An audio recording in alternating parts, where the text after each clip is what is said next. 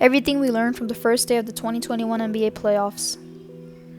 The Miami Heat, one of the most doubted NBA teams in recent NBA history. They ended up as being the 6th seed this year, and last year they were the 5th seed and they made it to the NBA Finals, losing to the Los Angeles Lakers in 6 games. This season, many people called them a fluke, including some NBA players, fans, and analysis. That's because their season started off really slow because Jimmy Butler and Bam Adebayo were actually out due to COVID-19 protocols and some injuries. But once they returned, the Heat went on a run, 10-game winning streak, 5-game winning streak, 4-game winning streak, 7-game winning streaks. They went on lots of winning streaks. But no one really just cared about them.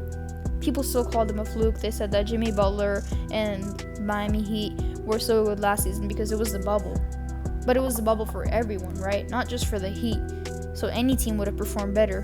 Why did the Heat just perform better? Well, that's because they are really good, and they're playing really good in the playoffs. And in the first game, they sadly lost to the Milwaukee Bucks by a Chris Middleton mid-range shot. If he hadn't hit that, it would have gone to double overtime, and who knows who would have won the game. Watch out, Milwaukee Bucks. The Heat are heating up. In Game 1 against the LA Clippers, the Mavericks beat them on the road. Paul George and Kawhi Leonard put up respective performances of 24 points and 25 points each, but it wasn't enough. The Clippers in the end lost by 10 points, and with 8 minutes left in the fourth quarter, everything was going normal. It looked like it was going to be a close game, but then Luka Magic came out. Tim Hardaway Jr. started hitting shots, and Hardaway ended the game with 21 points. Luka ended the game with 31 points, 11 assists, and 10 rebounds. Yup, a triple-double. That's what we expected from him. But if I'm the Clippers right now, I would play both of my stars, Kawhi and PG, all 48 minutes of the game, or I'll be afraid. I mean, this might even be a 4-0 sweep the way the Mavericks played today.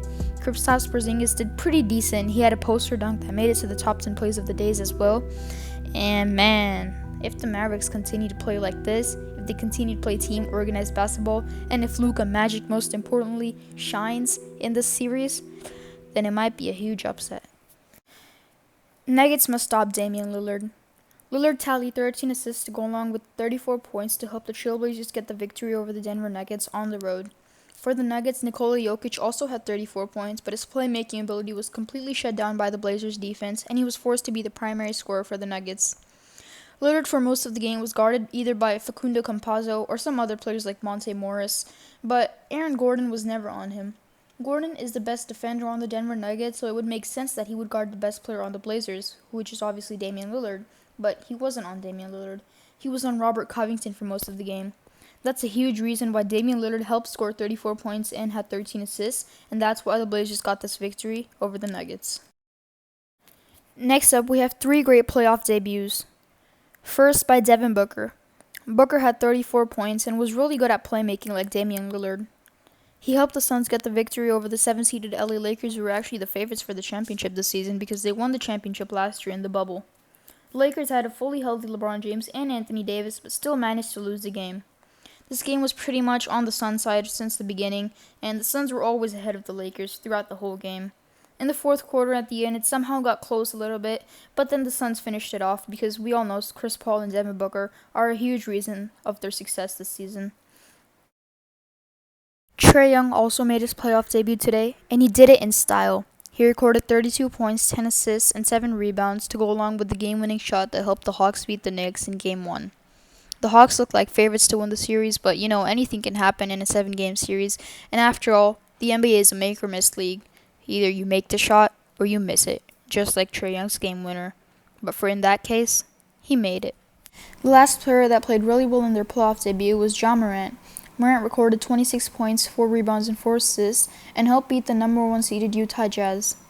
The Memphis Grizzlies this season barely made it to the playoffs by coming through the play-in tournament and beating the San Antonio Spurs and Golden State Warriors, but once they made it, they started off with a banger, beating the team without Donovan Mitchell, but still it's the number 1 seed, so that's something special. You know what else is special? You watching this video till the end. And if you did, then please like the video to let me know that you guys watched the video till the end, because it really helps me out and it supports me. And that's it for today, guys. Thank you guys for watching once again. Subscribe to my channel if you haven't already, because I upload NBA content 3 to 4 times a week, so you better be tuned for that. And the playoffs are here now, so my uploads are going to be more regular than usual, and you guys are going to love them.